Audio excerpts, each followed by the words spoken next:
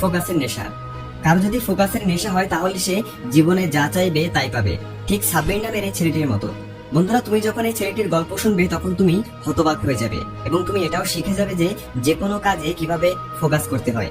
একটি 12 থেকে 13 বছর বয়সের অনাথ ছেলে, সে সাইকেলের মেকানিকের দোকানে কাজ করত। 100-200 টাকা ইনকাম করার জন্য সে দিনরাত সেই সাইকেলের গ্যারেজে কাজ করত। কেউ কখনো কল্পনাও করতে পারেনি কোনোদিন সেই ছেলের জীবনে বড় কোনো পরিবর্তন আসবে। মানুষেরা যখন সেই সাইকেলের দোকানে তাদের সাইকেল ঠিক করাতে আসতো তখন অনেকে সেই ছেলেকে বিভিন্ন ধরনের কথা শোনাতো। অনেক সময় তাকে গালমন্দ করতো, তাকে ছোট বাচ্চা ভেবে অনেকেই আবার টাকাও কম দিত, যার কারণে তাকে মালিকের কাছে বকাও শুনতে হতো। কিন্তু তাকে 3 বেলা খাবার জোটানোর জন্য এই কাজটি করতেই হবে, তাছাড়া কোনো উপায় ছিল না। একদিন গ্যারেজে কাজ করার সময় সে দেখে তাদের দোকানের পাশে একজন ব্যক্তি এসেছেন, তাকে ঘিরে অনেক মানুষের ভিড়। ছেলেটি সেই ব্যক্তির সম্পর্কে কোনো ধারণাই ছিল না, সে সবকিছুই দেখছিল এবং ভাবছিল যে কে এই ব্যক্তি, তিনি কেন এখানে এসেছেন। সে শুধু তাকিয়ে থেকে সবকিছু দেখছিল এবং দেখার সাথে সাথে একটা জিনিস খুব ভালোভাবে উপলব্ধি করছিল, আশেপাশের মানুষেরা সবাই সে বিজ্ঞ ব্যক্তির প্রতি অনেক সম্মান প্রদর্শন করছে, এমনকি কেউ তার সামনে বেশি কথাও বলছে না, সবাই তাকে স্যার স্যার বলে কথা বলছিল। সে মনে মনে ভাবতে থাকে, একদিকে তার সামনে দাঁড়িয়ে থাকা ব্যক্তিকে সবাই সম্মান দিচ্ছিল এবং সবাই স্যার স্যার বলে কথা বলছিল, আরেকদিকে আমি যে কিনা সবার সাথে এত ভালো ব্যবহার করি, শান্তশিষ্ট ভাবে মানুষের কাজ করি, তারপরও মানুষ আমার সাথে খারাপ ব্যবহার করে, আমাকে গালি দেয়। সেই রাতে ছেলেটির ঠিকমতো ঘুম হয় না। ছেলেটি শুধু ভাবতে থাকে, আমার এবং ওই ব্যক্তির সাথে মানুষেরা দুই রকম আচরণ কেন করে, আমার এবং তার মধ্যে কি এমন পার্থক্য। এমনকি আমি মানুষের কাজ করে দেই এবং তিনি তো শুধু গাড়িতে করে আসেন আর চলে যান। ছেলেটির বয়স কম, তাই সে কোনো কিছুই ঠিকমতো বুঝে উঠতে পারছিল না। পরের দিন সে গ্যারেজে আসে, আসার পর সে তার গ্যারেজের মালিককে জিজ্ঞেস করে কালকে যে ব্যক্তি এসেছিলেন, যাকে সবাই খুব সম্মান দিচ্ছিল, তিনি কে ছিল। তার গ্যারেজের মালিক তাকে বলে, তুই এত কিছু জেনে কি করবি। তারপরেও ছেলেটি আবার তাকে জিজ্ঞেস করে। তখন তার গ্যারেজের মালিক তাকে বলে, কালকে যিনি এসেছিলেন তিনি হলেন একজন ম্যাজিস্ট্রেট, তিনি এসেছিলেন একটি নতুন স্কুল উদ্বোধন করার জন্য। তখন ছেলেটি আবার জিজ্ঞেস করে, ম্যাজিস্ট্রেট হতে হলে কি করতে হয়। তখন গ্যারেজের মালিক তাকে বলে, ম্যাজিস্ট্রেট হওয়ার জন্য অনেক পড়ালেখা করতে হয়, অনেক পরিশ্রম করতে হয়, যেটি মানুষের মতো ফোকাস করতে হয়। এই কথাটি শোনার পর কথাগুলো ছেলেটির হৃদয়ে গেঁথে যায়। সে সন্ধ্যায় বাড়িতে যাওয়ার পর অর্ধেক রাত পর্যন্ত ভাবতে থাকে সে কিভাবে তার বর্তমান জীবন থেকে সেই ম্যাজিস্ট্রেটের জীবনে পৌঁছাতে পারবে। সে ভাবতে থাকে যেভাবেই হোক তার জীবনকে পরিবর্তন করতেই হবে। ছেলেটি টাকা বাঁচানো শুরু করে, খেয়ে না খেয়ে টাকা বাঁচিয়ে এসে বই কিনে পড়ালেখা শুরু করে। সে একটা সরকারি স্কুলে ভর্তি হয়, দিনের বেলা স্কুলে পড়ালেখা করে এবং রাতে দোকানে কাজ করে। তার জীবনের লক্ষ্য তার মাথায় গেঁথে গিয়েছিল, যেভাবেই হোক তাকে ম্যাজিস্ট্রেট হতেই হবে। এখন তার বয়স 27 বছর হয়ে গেছে। বিগত 14 থেকে 15 বছর তার মাথায় শুধু একটাই ফোকাস ছিল যে তাকে একদিন ম্যাজিস্ট্রেট হতেই হবে। সে শুধু এই সময়ের অপেক্ষায় ছিল যে কোনো ভাবে সে যেন শুধু তার গ্রাজুয়েশনটা শেষ করতে পারে, তারপরেই সে বিসিএস পরীক্ষা অংশগ্রহণ করার যোগ্যতা অর্জন করতে পারবে। তারপর তার কাছে শুধুমাত্র 1 বছর সময় ছিল বিসিএস প্রিপারেশন নেওয়ার জন্য। ছেলেটি কাজ করে অনেকটা টাকা জমা করেছিল, যেন 1 বছর কোনো কাজ না করলেও সে অনায়াসে কাটিয়ে দিতে পারে। আগামী 10 থেকে 12 মাস সময় সে তার ম্যাজিস্ট্রেট হওয়ার স্বপ্ন পূরণের জন্য দিতে চায়। তারপর প্রথম মাসে সে অনেক পড়ালেখা করে, দিনরাত পড়তে থাকে। সে শুধুমাত্র 2 বেলা খাবার খায় আর বাকিটা সময় পড়ালেখা করতে থাকে। সবসময় সে তার বই খাতা নিয়ে পড়ে থাকতো। পরীক্ষার সময় যতই কাছে আসতে থাকে সে পড়ালেখায় তত বেশি সময় দিতে থাকে। এভাবেই প্রায় 8 মাস পার হয়ে যায়। একদিন রাতে সে যখন পড়ালেখা শেষ করে ঘুমানোর প্রস্তুতি নিচ্ছিল, হঠাৎ তখন তার মাথা ঘুরে আসে এবং সে অজ্ঞান হয়ে মাটিতে পড়ে যায়। তার মতো গরিব ছেলেকে সেখানে দেখার মতো কেউ ছিল না। 1-2 ঘন্টা পর যখন তার জ্ঞান ফিরে আসে তখন নিজেকে সামলাতে গিয়ে দেখে সে মাটিতে পড়ে আছে। ছেলেটি ভাবে হয়তো খাওয়া দাওয়া কম করার ফলে তার এরকম হয়েছে।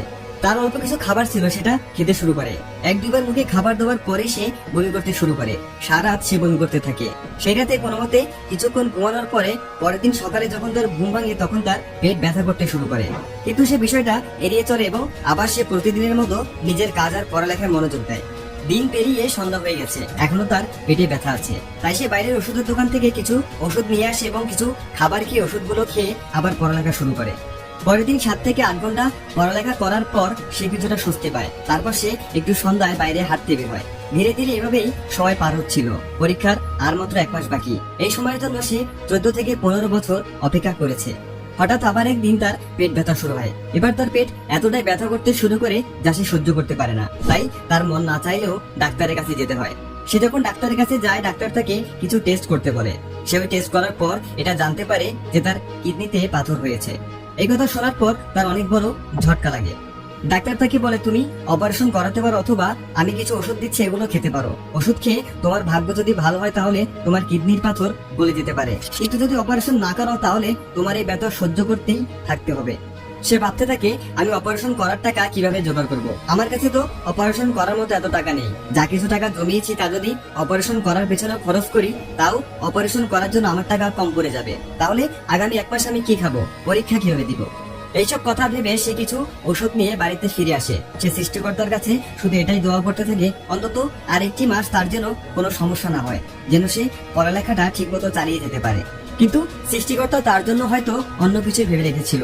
কয়েকদিন পরপরই তার পেট ব্যথা হয়। বিশেষ করে সে যখন খাওয়া দাওয়া করতো তখন তার পেট বেশি ব্যথা করতো। কিন্তু সে তো খাওয়া দাওয়া ছেড়ে দিতে পারবে না, না খেলে শরীর চলবে কিভাবে? গত কয়েক মাসে সে যথেষ্ট পড়ে নিয়েছে, তাই এখন শুধু তাকে রিভিশন দিতে হবে। সে পড়ালেখা চালিয়ে যেতে থাকে, পড়ালেখার পাশাপাশি সে তার পেট ব্যথাও সহ্য করতে থাকে। পরীক্ষার আর মাত্র 7 দিন বাকি। সে তার যথাসাধ্য পড়ালেখা করেছে। তার জীবনের সবচেয়ে বড় পরীক্ষা দেওয়ার সময় চলে এসেছে। তারপর ছেলেটি কোনোভাবে পিএলই পরীক্ষা দেয় এবং পরীক্ষাতে ভালো ফলাফল অর্জন করে। এখন আরো পরীক্ষা বাকি আছে। এমন সময় তার সব টাকা শেষ হয়ে যায়। বাড়ির ভাড়া না দিতে পারায় সে বাড়ির মালিক তাকে বাড়ি থেকে বের করে দেয়। অনেক ভাবনা চিন্তা করার পর সে তার একটি বন্ধুর বাড়িতে আশ্রয় নেয়। এখন তাকে লিখিত পরীক্ষা দিতে হবে। পরীক্ষার আগের রাতে হঠাৎ বিদ্যুৎ চলে যায়। কালকে তো তাকে পরীক্ষা দিতে হবে। পরীক্ষার আগে রাতে সে যদি পড়ালেখা না করে তাহলে তো ভালো রেজাল্ট হবে না। সে যদি পড়ালেখা না করে ঘুমিয়ে যায় তাহলে এত বছরের কঠোর পরিশ্রম সব বিফলে যাবে। ছেলেটি বাড়ির বাইরে রাস্তার পাশে একটি সোলার ল্যাম্প দেখতে পায়। সে সেই সোলার ল্যাম্পের নিচে বই নিয়ে পড়া শুরু করে। রাস্তা দিয়ে একের পর এক গাড়ি যাচ্ছিল, কিন্তু তার ফোকাস শুধুমাত্র তার বইয়ের দিকে ছিল। সে কোনো দিকে না তাকিয়ে শুধুমাত্র পড়াতেই মনোযোগ দেয়। পড়তে পড়তে সে রাস্তার ধারে কখন ঘুমিয়ে গেছে নিজেও জানে না। সকালে যখন ঘুম ভাঙে তখন দেখে সে রাস্তার ধারে ঘুমিয়ে আছে। তাড়াতাড়ি সেখান থেকে উঠে সে বন্ধুর বাড়িতে যায়, যেখানে সে কয়েকদিনের জন্য আশ্রয় নিয়েছিল। দ্রুত ফ্রেশ হয়ে নাস্তা করে সে পরীক্ষা দেওয়ার উদ্দেশ্যে রওনা দেয়। পরীক্ষার কেন্দ্রে পৌঁছানোর পর সেখানে পরীক্ষার্থীদের ভিড় দেখে কিছুটা নার্ভাস হয়ে পড়ে। শেষ পর্যন্ত সেই শুভ সময় চলে আসে, যে সময়ের জন্য সে এত কঠোর পরিশ্রম করেছিল। লিখিত পরীক্ষা শুরু হয়। কোশ্চেন পেপার দেখার পর তার মধ্যে অন্য পরীক্ষার্থীদের মতো কোনো ভয় ছিল না। সে খুব আরামের সাথে সব পরীক্ষা ভালোভাবে শেষ করে। পরীক্ষা শেষ করে সন্ধ্যায় বাসা যাওয়ার পর সে ভাবতে থাকে, আজকে যে সে ভালো পরীক্ষা দিল সবকিছু তার বনবাসের ফলাফল। সে যদি 1 বছর বনবাসে থাকার মতো ঘর বন্দী হয়ে না থাকতো, পড়ালেখায় মনোযোগ না দিত, তাহলে সে এত ভালো পরীক্ষা দিতে পারতো না। সে এখন মনে মনে শুধু 2টি প্রার্থনাই করতে থাকে, সে যেন ভাইভাতে ভালো করতে পারে এবং কিডনিতে পাথরের জন্য যে ব্যথা তা যেন আর কিছু মাস সমস্যা না করে। দেখতে দেখতে এভাবেই সময় পার হতে থাকে। ভাইবা দিতে যাওয়ার ঠিক আগের দিন তার পেটে অসহ্য ব্যথা শুরু হয়। তার পেটের ব্যথা নিয়ে সারাত কাঁপতে থাকে। পরের দিন সকালে সে কোনো মতে পরীক্ষার সেন্টারে গিয়ে পৌঁছায়। ততক্ষণে তার পেটের ব্যথা আরো অনেক বেশি বেড়ে গেছে। ভাইবা দিতে গিয়ে সে অনেক নার্ভাস হয়ে পড়ে। তার পেটের ব্যথা এতটাই বেড়ে গিয়েছিল যে সে সোজা হয়ে ভালোভাবে বসতেও পারছিল না। তার ভাইবা নেওয়ার সময় ভাইবা বোর্ডের চেয়ারম্যানরা তাকে জিজ্ঞেস করে, তোমার কি কোনো সমস্যা হচ্ছে? তোমার যদি কোনো সমস্যা হয় তাহলে তুমি বাইরে কিছুক্ষণ অপেক্ষা করতে পারো। কিন্তু সেই ছেলেটি কনফিডেন্সের সাথে বলে, না, আমার কোনো সমস্যা নেই। তার ফোকাস 1% ছিল তার পেটের ব্যথার দিকে এবং 99% ছিল তার ভাইবার দিকে। সে খুব ভালোভাবে মনোযোগের সাথে তার ভাইবা শেষ করে এবং ভাইবা শেষ হলে সরাসরি ডাক্তারের কাছে যায় এবং সেখানে চিকিৎসা গ্রহণ করে। কয়েক মাস পর তার বিসিএস পরীক্ষার ফাইনাল রেজাল্ট বের হয়। রেজাল্ট দেখার সময় তার মনে একটু ভয় কাজ করেনি, কারণ সে জানতো যে সংঘর্ষ এবং সমস্যার পাহাড়ের উপর পা রেখে আর কঠোর পরিশ্রম করে পরীক্ষা দিয়েছিল, তাতে তার সফলতা আসবেই। আজকে তার স্বপ্ন সত্যি হয়ে গেছে। সে এখন আর সাধারণ কোনো মানুষ নয়, সে একজন ম্যাজিস্ট্রেট। পরবর্তীতে তাকে একটি ইন্টারভিউতে ডাকা হয়। সেই ইন্টারভিউতে তার সফলতার পেছনের গল্প শুনে সবাই অবাক হয়ে যায়। সবাই শুধু এটাই ভাবতে থাকে, একটা মানুষ তার স্বপ্নের প্রতি এতটা ফোকাস কিভাবে করতে পারে। তিনি আরো একটি ইন্টারভিউতে বলেন, যতই সমস্যা হোক, যতই কষ্ট হোক, এমনকি মৃত্যুর মুখোমুখি দাঁড়িয়েও তোমার ফোকাস যদি তোমার লক্ষ্য থেকে না সরে যায়, তাহলে পৃথিবী নিজেই তোমাকে তোমার লক্ষ্যে পৌঁছে দেবে। আমি আমার কষ্টের দিনে কখনই আমার কষ্টের দিকে মনোযোগ দিইনি। আমার মনোযোগ এবং ফোকাস শুধু একটাই ছিল, আমাকে আমার লক্ষ্যে পৌঁছাতে হবে। ফোকাস করার প্রতি আমার নেশা এতটাই হয়ে গেছিল যে বই থেকে আমার মনোযোগ কখনোই কোনো কারণে বিনষ্ট হয়নি। বন্ধুরা, তোমরা যদি পুরো গল্পটি শুনে থাকো তাহলে যে মূল জিনিসটি তোমরা দেখতে পাবে সেটি হলো সেই ছেলেটির ফোকাস, যা এতটা গভীর ছিল যে তার কিডনিতে পাথরের এত কষ্ট, তার দারিদ্রতার এত কষ্ট কোনো কিছুই তার লক্ষ্যে পৌঁছানোতে বাধা দিতে পারেনি। বাড়ির মালিক তাকে বাড়ি থেকে বের করে দিল। তাকে অন্যের বাড়িতে আশ্রয় নিতে হলো, এমনকি রাস্তার পাশে বসে পড়তে হলো। এসবের কোনো কিছুই তার ফোকাস নষ্ট করতে পারেনি। বন্ধুরা, তার কাছে তো বাড়ি ছিল না, পরিবার ছিল না, টাকা ছিল না, থাকার ভালো জায়গাও ছিল না। তারপরে তার ফোকাস তার লক্ষ্য থেকে সরে যায়নি, তার মনোবল কখনো ভেঙে যায়নি। কিন্তু তোমার কাছে হয়তো সবকিছুই আছে, তুমি কেন আজও পেছনে পড়ে থাকবে? তুমি কেন নিজের ভবিষ্যৎ আর বাবা মায়ের স্বপ্ন নিয়ে হতাশায় ভুগবে? কেন নিজেকে এইভাবে দোষারোপ করতে থাকবে যে আমার ভাগ্যটাই খারাপ, অথবা আমাকে সাপোর্ট করার মতো কেউ নেই? বন্ধুরা, ভাগ্য এমনিতেই বদলে যায় না, ভাগ্য নিজে থেকেই তৈরি করতে হয়।